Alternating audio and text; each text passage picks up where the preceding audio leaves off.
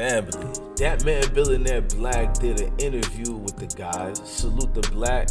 And in that interview, Black, he sat down with PP Films, you feel me, and constructed an interview where he spoke on his friendship with Lil Durk. Many of you who are like me seen these things over the years. You've seen the Durk situation with how he's in ties with a lot of people he's cool with over the years.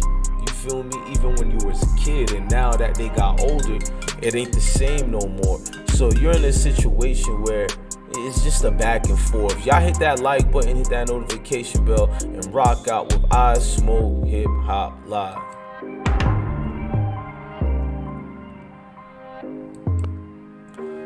Now, Billionaire Black responded to the situations in Chicago. You know what I mean? He responded on the fact that people do pick sides. He responded to that notion as well. You feel me? He went more deeper than others actually like going. Now, on his token, you feel me, for the situation, he brought up a good point. His point was the fact that we were friends for a minute now, all of us. We've been friends, we knew each other, and now it's just a back and forth every day. I'm gonna play the interview that he did and where he spoke about past recent friendships and breakdowns. At some point, y'all were when y'all was young, I was speaking and all that, but I'm sure at some point y'all were when y'all was young, I was speaking. You know, we don't know where you stand with certain rappers and all that, but I'm sure at some point y'all were when y'all was young, I was speaking to somebody else, and it was like a lot of us that's beefing with one another when we was young, we all played together. This type of stuff. You know, what started all that? Like what that shit been going on for years. I ain't gonna lie, like I said, with the other shit, I knew Lil Durk to be around him. We got a song, all type of shit. Nobody will find it. It's a song I got. Like, I've been around there a couple times. A picture on you. It's a picture. Niggas was cool. But when I got back to over here with Chief Keef and them is from O Block.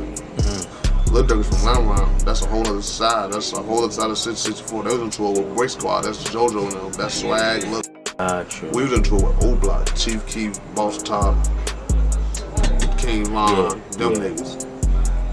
We started fucking with Break Squad. That's how we got into it with Lil Durk. You the rapper, and he said that he was just like, yo, it's fucked up sometimes. Before you do music with niggas, like, he was just like, yo, it's fucked. We started fucking with Break Squad. That's how we got into it with Lil Durk. Got you. That's how all that shit happened. Like, we started fucking with them. That's how It breaks down why the beef started. He breaks down a whole lot as far as the beef itself and the circumstances in that beef.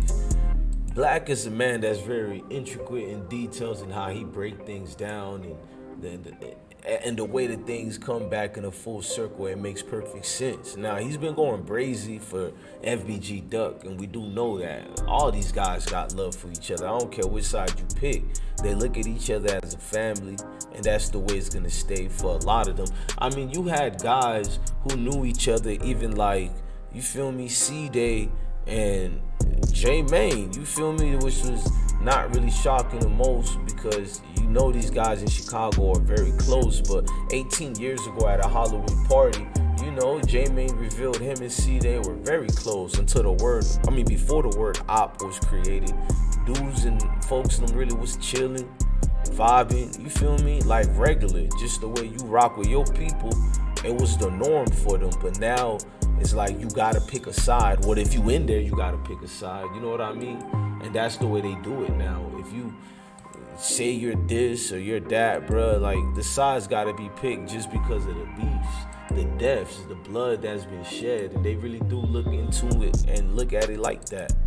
I mean, the Duck spoke on Lil Durk and how industry rappers won't collab on him. You know what I'm saying? With straight drop, uncut. I don't put other niggas in what I got going on with the next man. You never have, and that's why I respected you. You see me? So it's like, if they feel like they gotta show them that much respect, well, like, we ain't gonna fuck with Duck this You don't want to fuck with him anyway. Right. Basically, you don't want to fuck with me anyway, you know what I'm saying? Right. So it ain't really about we fuck with Durk. Oh yeah, oh boy, this shit bang. Cause you ain't grow up with Durk. You know what I'm saying? Y'all ain't grow up with Durk. Y'all been knowing Durk about 2-3 years or something like that. Right. 3, 4, however long it's been. Right. You ain't from where he from. Right. You don't owe him no loyalty that you think you owe him. You see what I'm saying? Like, to feel like you can't make money with the next nigga. Right. You see what I'm Right. saying? So it's like, I mean, and really, you know, I'm gonna be real with you. A lot of these artists be pussy and shit. yeah. Like, you know what I'm saying? So it's like with me, that. I'm like, look, dig this here, right? If I fuck with this artist, I fuck with this artist. My wars and shit in the past. You know me. Yeah, I know you. You know what I'm saying? I don't put. Now, those situations or similarities, like, it should let you know people really not trying to pick sides, but then you're left to do it. Like, the war, you can keep calling it a war, but it's deeper than that. You feel me? It's things that can never be changed and go back to. Like, it's not internalized into nations, but it's more of a friendship. Brothers who fell down, and now it is what it is at the end of the sauce of things. You know what I mean? Sauce of things meaning them ingredients that make that neighborhood, them ingredients that make who you are today, that make you the type of folks you come out here to be. You know, them ingredients still stay cemented down there. And unfortunately, friends, allegedly with friends, you know, it gets into a havoc situation where folks in them lose their life, and then the big situation happens. We are going after gangs in this city. This includes gang investigations, narcotics investigations, and gun investigations. We are working together to hold gang members accountable for violence. Today, 5 members of a faction of the Gangster Disciples have been indicted for his murder. This was one of those cases we were able to bring federal resources to bear to work with the Chicago Police Department to ultimately help us make the case. In announcing the indictments, U.S. Attorney John Lausch says this is a federal case because it falls under federal racketeering organized crime statutes. Charged are 30-year-old Charles Liggins, 28-year-old Kenneth Roberson, 22-year-old Christopher Thomas, 22-year-old T. Carlos Alford, and 22-year-old Marcus Smart. The indictment alleges the 5 used social media to brag about their crimes as a way to intimidate rivals and promote their standing within the gang, which operates in the 63rd and King Drive area. But U.S. Attorney Lausch says by using social media, in a way, they set their own trap. There are now 5 people in custody who weren't in custody before. 5 people who were alleged to have committed a murder in broad daylight in the middle of the afternoon in the city of Chicago, okay? And Allegedly. Now it's known to them, and it's known to anybody else who might be committing similar acts of brazen violence, right? And who may brag about it or not brag about it, that their day has come. So 4 out of the 5 suspects were arrested today. The 5th was already in jail on an unrelated charge. They will be assigned a judge. Case. Our Patrick Elwood live at the Dirksen Federal Building now with the latest. Pat? Ben, and right you are, a brazen act of violence that took place on an August day in the Gold Coast against a Chicago rapper. And then it was promoted and bragged about on social media. And the feds say it was because of that helped them make this case. It was back in August of 2020 that Carlton Weekly, who went by the rapper name We are FBG working together to hold gang members accountable for violence. Late this afternoon, the I-Team talking with Chicago criminal defense attorney Tony Thedford about what he says is one of the most powerful tools prosecutors have. You have a street gang, alleged street gang, that kills another gang member in a high-profile case in downtown Chicago. So my belief is that the response is the harshest response possible once they find suspects and charge them. And he says the evidence sometimes is gathered right from social media. There's a risk of non-appearance in this case.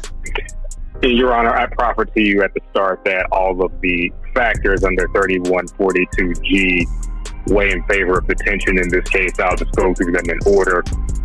Under 3142G1, the nature and circumstances of this offense involve a crime of violence It's a heinous crime. It's a murder in count 1, an assault with a deadly weapon, 2 counts of assault with a deadly weapon. One person was murdered, Mr. Weekly, who set forth in the indictment. Victim 1 and victim 2 were also shot during the course of this murder. Mr. Weekly was fired at least 38 times in broad daylight, 4:26 p.m. on August 4th, standing in line outside of a business on Oak Street. Victim 1 and victim 2 were each also shot a number of times throughout the course of that assault. So the nature and circumstances of this offense, again, are a crime of violence, and crimes of violence in furtherance of a racketeering enterprise that's identified and described in the indictment as a racketeering enterprise that engages in acts of violence, including murder and assault. The weight of the evidence against Mr. Offord specifically is substantial. So Mr. Offord purchased a vehicle that was used in this murder and assault on or about July 28th from a dealership in the Chicagoland area. During a post-arrest interview, Mr. Offord acknowledged that there were pictures of him at the dealership and then next to the car that was used in the murder. Mr. Offord identified himself in the photos and the vehicle that was used as his vehicle. Mr. Offord acknowledged that it was his signature on the purchasing document for the vehicle. And I'll come back to this part when we get to history and characteristics of Mr. Offord, but Mr. Offord made some statements. Jake, drop our song. I might drop it in, folks. We don't no Quando Rondo. Y'all talking about?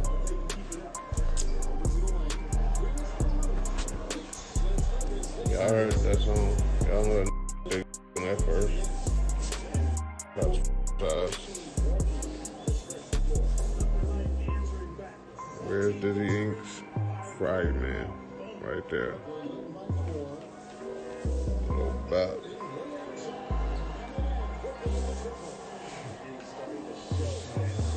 Friday, man.